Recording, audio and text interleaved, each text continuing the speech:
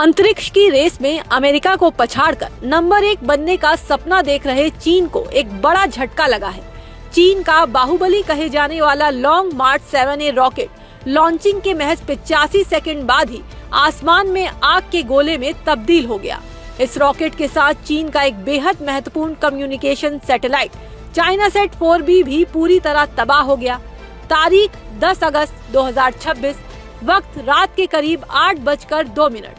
जगह दक्षिणी चीन के हैनान प्रांत में मौजूद वेनचांग स्पेस लॉन्च सेंटर।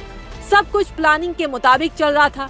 जैसे ही काउंटडाउन खत्म हुआ, लॉन्ग मार्च 7A रॉकेट गर्जना भरते हुए आसमान की ओर रवाना हुआ, लेकिन ये उड़ान ज्यादा देर तक नहीं टिक सकी। लॉन्च के महज 85 सेकंड बाद ही जब रॉकेट अपने शुरुआती चरण में था, तभी उसमें अचानक एक गंभीर तकनीकी खराबी आई। एक ही पल में पूरा रॉकेट आसमान में फटने लगा और धुएं के गुबार के साथ आग का एक बड़ा गोला बन गया। धमाका इतना जोरदार था कि आसपास मौजूद लोग सन्न रह गए। देखते ही देखते रॉकेट और उसमें लगे कीमती उपग्रह का मलबा जमीन और समुद्र की तरफ गिरने लगा। इस मिशन का मुख्य मकसद चाइनासेट 4B सैटेलाइट को ऑर्बिट में स्थापित करना था। ये एक अत्याधुनिक कम्युनिकेशन सैटेलाइट था जिसका इस्तेमाल टीवी ब्रॉडकास्ट, इंटरनेट सेवाओं और संभावित रूप से सैन्य संचार के लिए किया जाना था। लेकिन इस हादसे ने पूरे मिशन को पलक झपकते ही मलबे में बदल दिया। चीन की सरकारी समाचार एजेंसी शिन्हुआ ने उड़ान के दौरान तकनीकी गड़बड़ी की पुष्टि की है और फिलहाल जांच के आदेश दे दिए हैं।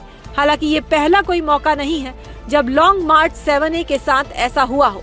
साल 2020 में अपनी पहली ही टेस्ट फ्लाइट में ये रॉकेट नाकाम साबित हुआ था।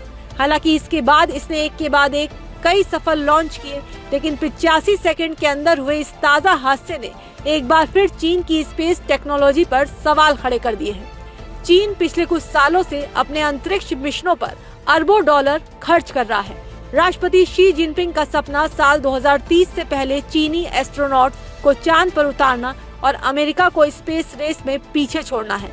फिलहाल चीनी वैज्ञानिक रॉकेट के टेलीमेट्री डेटा का विश्लेषण कर ये पता लगाने में जुटे हैं कि आखिर गड़बड़ी कहाँ हुई। अंतरिक्ष की ये राह जितनी रोमांचक है, उतनी ही जोखिम भरी भी। इस हादसे से चीन के कई सालों के बजट और वैज्ञानिकों की मेहनत को तगड़ा नुकसान पहुंचा है। अब देखना ये होगा कि चीन इस नाकामी से सीख लेकर कितनी जल्दी अपनी अगली उड़ान के लिए तैयार होता है।